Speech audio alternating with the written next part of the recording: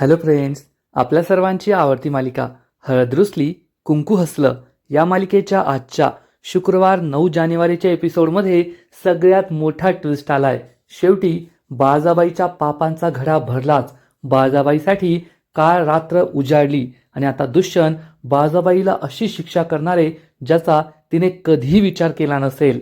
आजच्या एपिसोडमध्ये आपण पाहू की दुष्यंतने या निळ्या डोळ्याच्या माणसाचा शोध घ्यायला बंब्याला सांगितलं आणि योगायोगाने बंब्या आणि या माणसाची धडक झाली आणि मग बंब्याने चक्क दुष्यंतला कॉल करून सांगितलं. दुष्यंत आणि कृष्णा या माणसापर्यंत पोहोचले आणि या निळ्या डोळ्याच्या माणसाने चक्क दुष्यंतवर हल्ला केला.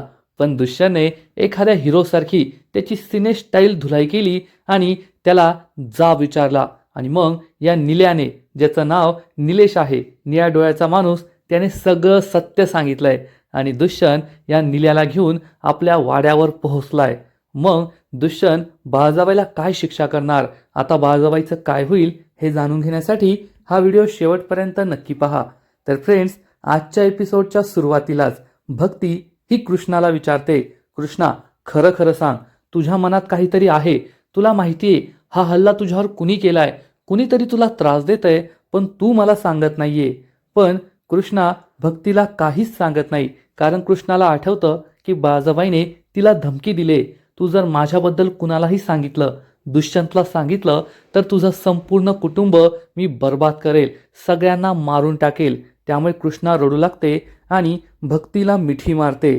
भक्ती म्हणते, ठीक आहे कृष्णे, तुला मला नाही सांगायचं तर नको सांगू, पण मी आहे, मी तुझा निरोप घ्यायलाच आले होते, मी आता घरी चाललीये. असं म्हणून ती कृष्णाचा निरोप घेते, दुष्यंतचा निरोप घेते आणि तेथून निघून जाते. पण या सगळ्या प्रकारामुळे दुष्यंतला मात्र समजलेलं असतं की कृष्णाला काहीतरी सांगायचंय, तिला काहीतरी माहितीये पण ती सांगत नाहीये. दुष्यंत कृष्णाकडे पाहतो आणि कृष्णाला खाली बसवतो.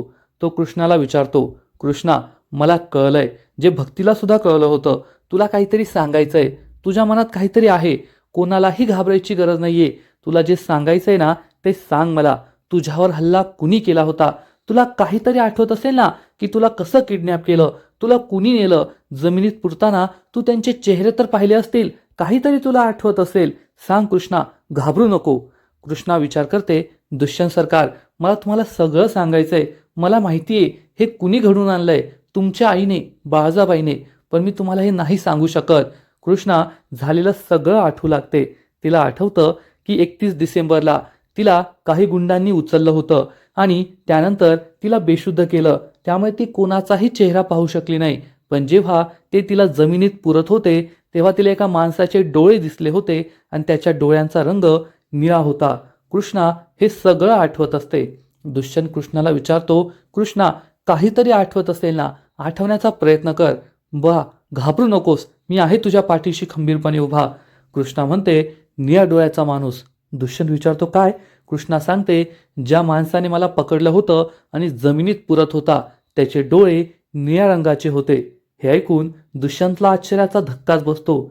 दुष्यंत म्हणतो, ठीक आहे कृष्णा, आता हाच निळ्या डोळ्याचा माणूस आपल्याला खऱ्या गुन्हेगारापर्यंत पोहोचवेल.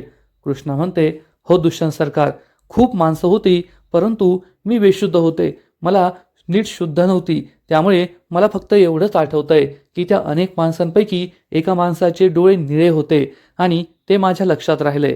दुष्यंत म्हणतो, ठीक आहे, आपण त्याला लवकरात लवकर शोधून काढूया.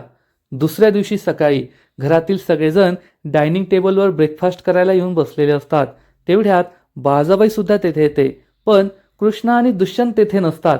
त्यामुळे बाळजाबाई पूजाला सांगते, पूजे जा कृष्णा आणि दुष्यंतला बोलून आण. पूजा बाहेर जाते तर तिला दिसतं की कृष्णा ही अंगण झाडतीये आणि दुष्यंत हा चक्क तिच्या मागे मागे करतोय. दुष्यंत कृष्णाला म्हणतो, कृष्णा दे माझ्याकडे, मी झाडतो, तुला डॉक्टरांनी आराम करायला सांगितलंय ना, मग कशाला हे करतेस. पूजा हे सगळं पाहते आणि तिचा चांगलाच जळफळाट होतो की कृष्णा आणि दुष्यंतचा एकमेकांवर किती जीव जडलाय, दोघे एकमेकांवर किती प्रेम करताय, म्हणून ती खूप चिडते. तिचा चेहरा पाहण्यासारखा होतो. कृष्णा आणि दुष्यंतची मात्र खूप मजा सुरू असते, रोमांस एन्जॉय सुरू असतो. कृष्णा झाडत असते, दुष्यंत तिला म्हणतो, मी झाडतो, तू नाही झाडायचं, आणि यावरूनच यांचं लुटुपुटूचं भांडण सुरू असतं. तेवढ्यात पूजा दुष्यंतला आवाज येते, फ्रेंड तुला ब्रेकफास्टला बोलवलंय. दुष्यंत म्हणतो, ठीक आहे, आणि तो कृष्णाला म्हणतो आधी ब्रेकफास्ट करायचा मग कामं करायची, आणि तो कृष्णाचा हात पकडून तिला ब्रेकफास्ट टेबलवर घेऊन येतो. दुष्यंत कृष्णाची खूप सेवा करतो, तिच्यासाठी खुर्ची मागे करतो, तिला खुर्चीवर बसवतो आणि मग तिच्या शेजारी बसतो. हे सगळं पाहून बाळजाबाईचा आणि घरातील सगळ्यांचा जळफळाट होतो. आणि त्यानंतर दुष्यंत हा चक्क स्वतःच्या हाताने कृष्णाच्या प्लेटमध्ये ब्रेकफास्ट देतो. मस्त इडली आणि गरमागरम सांबर. आणि तो कृष्णाला म्हणतो, कृष्णा मस्त खायचं बरं का, आणि त्यानंतर सगळी कामं करायची. खरं सांगायचं तर कामं करायचीच नाही. आणि हे दोघेही ब्रेकफास्टला बसलेले असतात, पण दुष्यंत स्वतःसाठी ब्रेकफास्ट घेत नाही. तेव्हा दलपत दुष्यंतला म्हणतो, दुष्यंत स्वतःसाठी काही घे ना, खूप झणझणीत झालंय सगळं काही. दुष्यंत हो म्हणतो. तर सगळेजण मस्त मिटक्या मारत खात असतात. बाळजाबाई, जयकांत, मैनावती मस्त एन्जॉय करत असतात. तेव्हा आढळराव म्हणतात, झणझणीतवरून आठवलं, आत्ता आपल्या सुनबाई बरोबर जे घडलंय त्याची काही सिरियसनेस कोणाला आहे की नाही? हे सगळं कुणी केलं, का केलं, हे कुणी शोधून काढते की नाही? हे ऐकून बाळजाबाई खूप चिडते की सगळं आता शांत झालंय आणि हे आढळराव कशाला सगळं उकरून काढताय. दुष्यंत सुद्धा खूप चिडलेला असतो.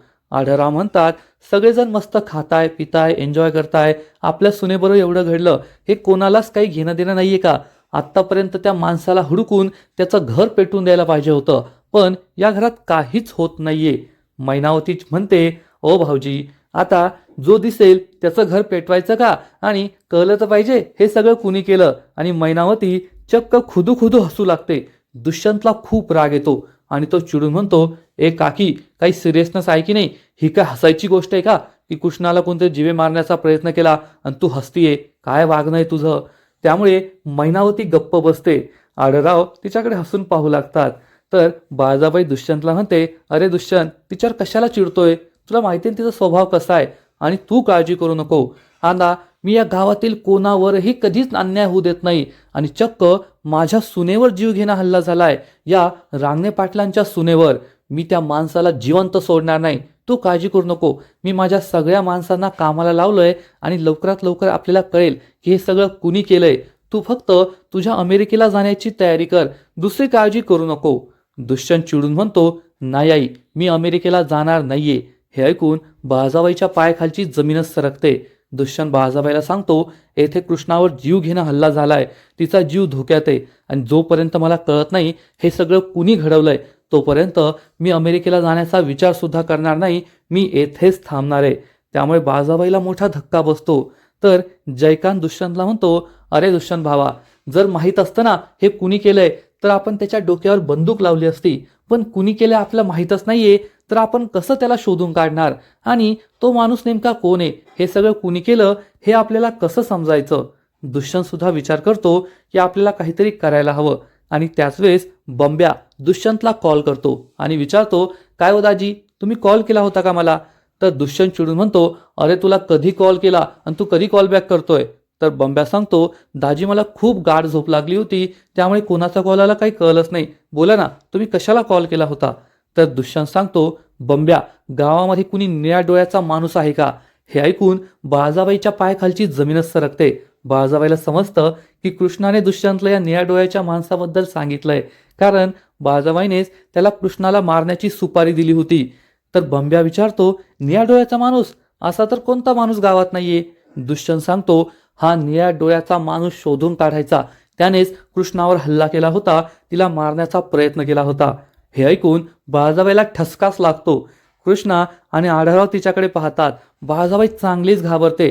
या दोघांच्या लक्षात येतं की बाळजाबाई घाबरलीये आणि नक्कीच या निळ्या डोळ्याच्या माणसाचा संबंध बाळजाबाईशी आहे. कृष्णा बाळजाबाईला म्हणते, बाळजाबाई, सगळं चांगलं झणझणीत झालंय वाटतं, पाणी प्या पाणी. त्यामुळे बाळजाबाई खूप चिडते, कृष्णाकडे रागारागाने पाहते. दुष्यंत बंब्याला सांगतो, त्या निळ्या डोळ्याच्या माणसाला शोधून काढायचं. आपल्या गावात नाही सापडला तर आजूबाजूच्या 4 गावांमध्ये शोधायचं, पण मला लवकरात लवकर तो भेटायला पाहिजे. मला त्याला सगळं विचारायचंय. बंब्या म्हणतो, ठीक आहे दाजी, मी शोधून काढतो. दुष्यंत फोन कट करतो. घरातील सगळ्यांनाच टेन्शन आलेलं असतं की बंब्याने जर हा माणूस शोधून काढला तर आपलं काही खरं नाही. तर इकडे बंब्या विचार करतो, निळ्या डोळ्याचा माणूस तर आपल्या गावात नाहीये, मग त्याला कुठे शोधायचं? पण दाजींनी सांगितलंय तर शोधावंच लागेल. आणि त्याच वेळेस हा निळ्या डोळ्याचा माणूस बंब्याच्या पाठीमागून पास होतो, पण बंब्याला मात्र ते दिसत नाही. बाळजाबाई पटकन नाश्ता खाते आणि रूममध्ये येते आणि लगेचच तिचा माणूस रंग्याला कॉल करते आणि विचारते, ए रंग्या, तो निल्या कुठे? तर रंग्या म्हणतो, काय माहीत बाळजाबाई, त्या दिवसानंतर त्याचा आणि माझा काहीच कॉन्टॅक्ट नाहीये, त्याचा फोन सुद्धा स्विच ऑफ आहे, कुठे गेला काय माहीत, त्याच्याशी काही काम होतं का? तर बाळजाबाई सांगते, हो, त्याला आत्ताच्या आत्ता फोन करायचं, गाठायचं आणि सांगायचं की जिल्ह्याच्या बाहेर जा. बाळजाबाईने तुला तडीपार व्हायला सांगितलंय.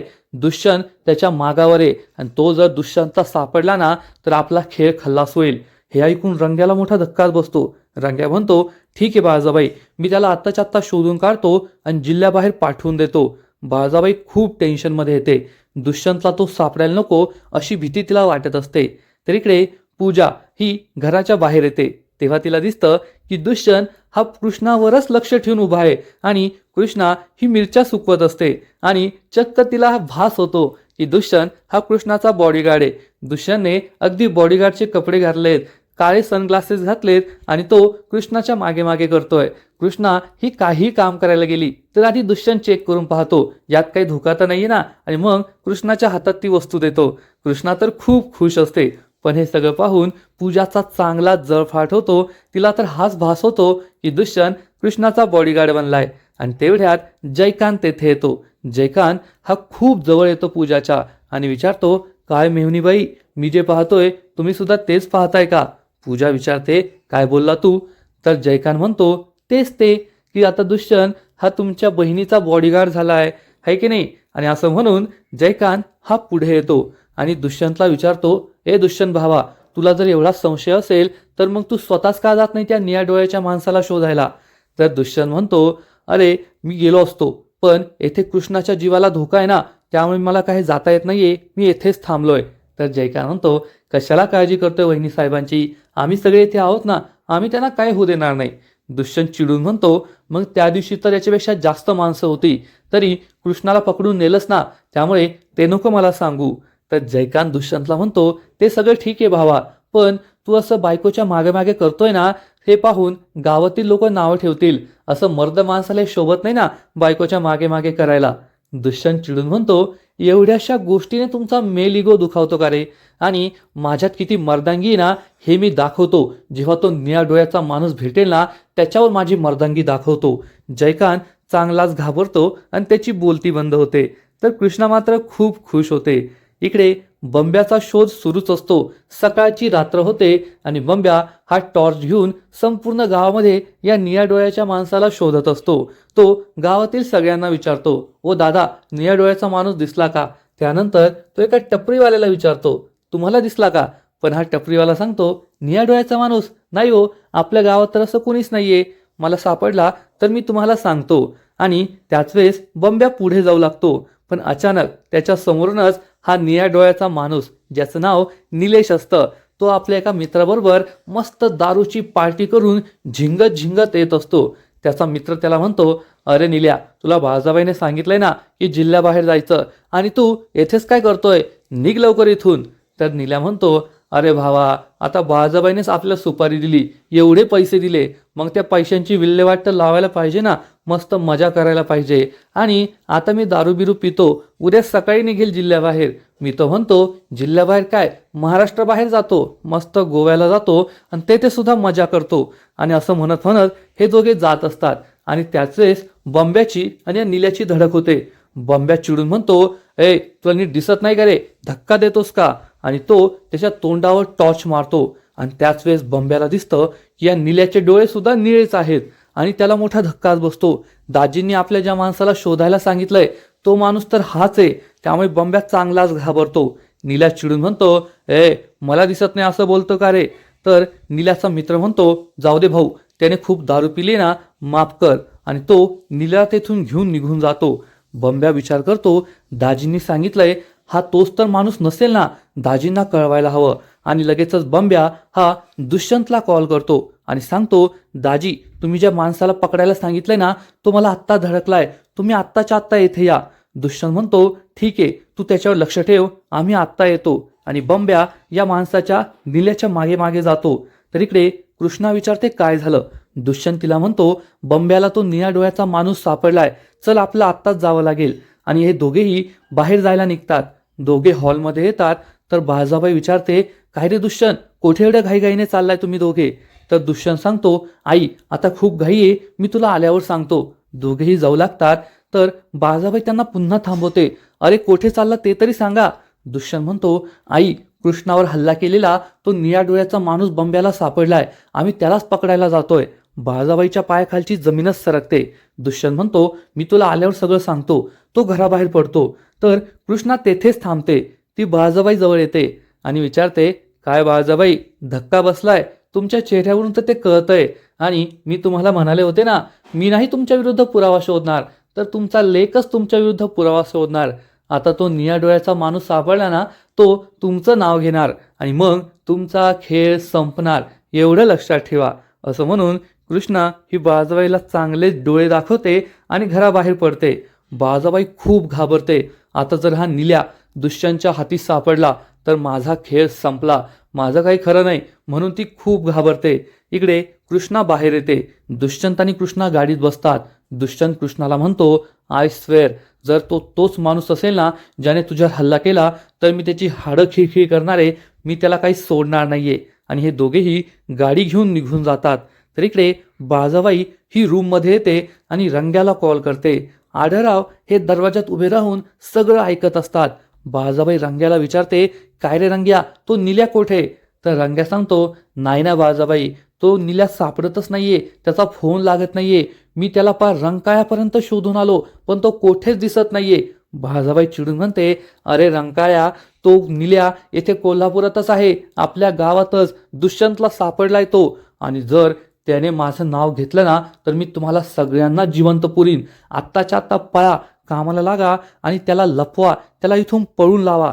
रंग्या खूप घाबरतो आणि म्हणतो, हो बाळजाबाई, आम्ही आत्ता जातो.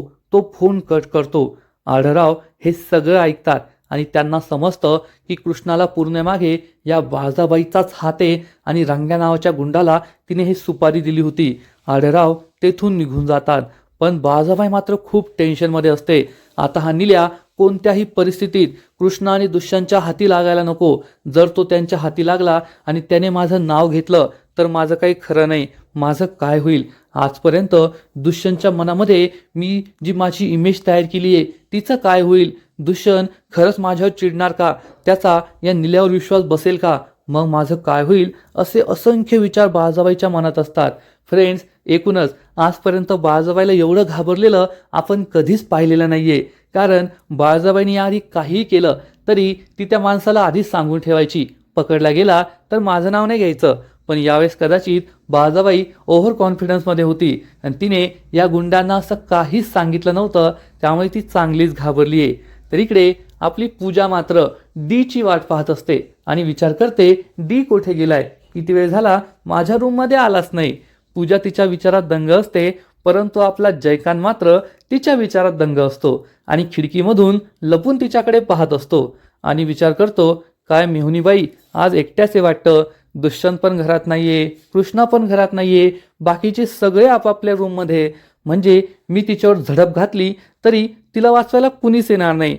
पण या मेहुणीबाईवर झडप कशी घालायची, तिला कसं माझ्या मिठीत घ्यायचं, हाच विचार जयकांत करतो. आणि तेवढ्यात त्याला एक कल्पना सुचते.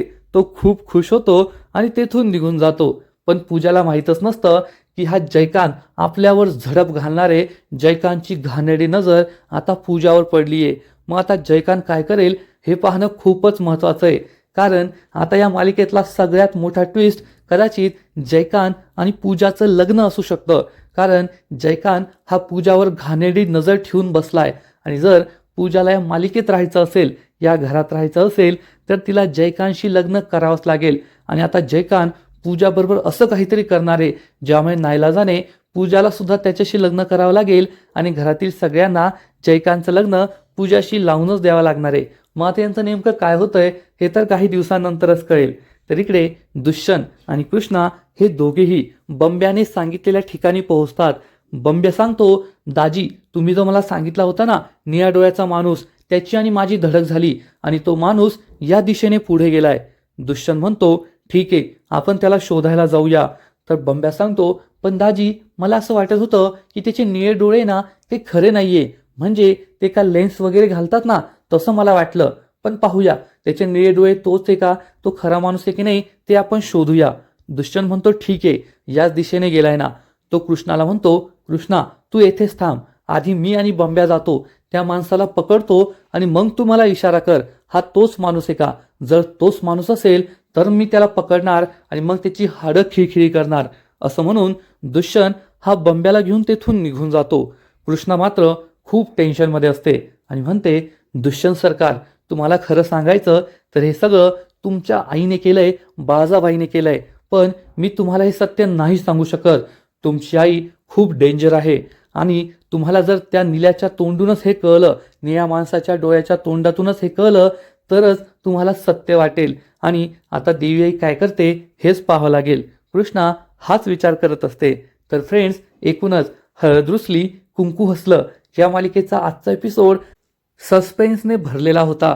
दुष्यंत बंब्या यांनी खरंच आपलं काम चोख बजावलंय. असं वाटलं होतं की बंब्या काही या निळ्या डोळ्याच्या माणसाला शोधू शकणार नाही, पण बंब्याने खरंच भारी काम केलंय.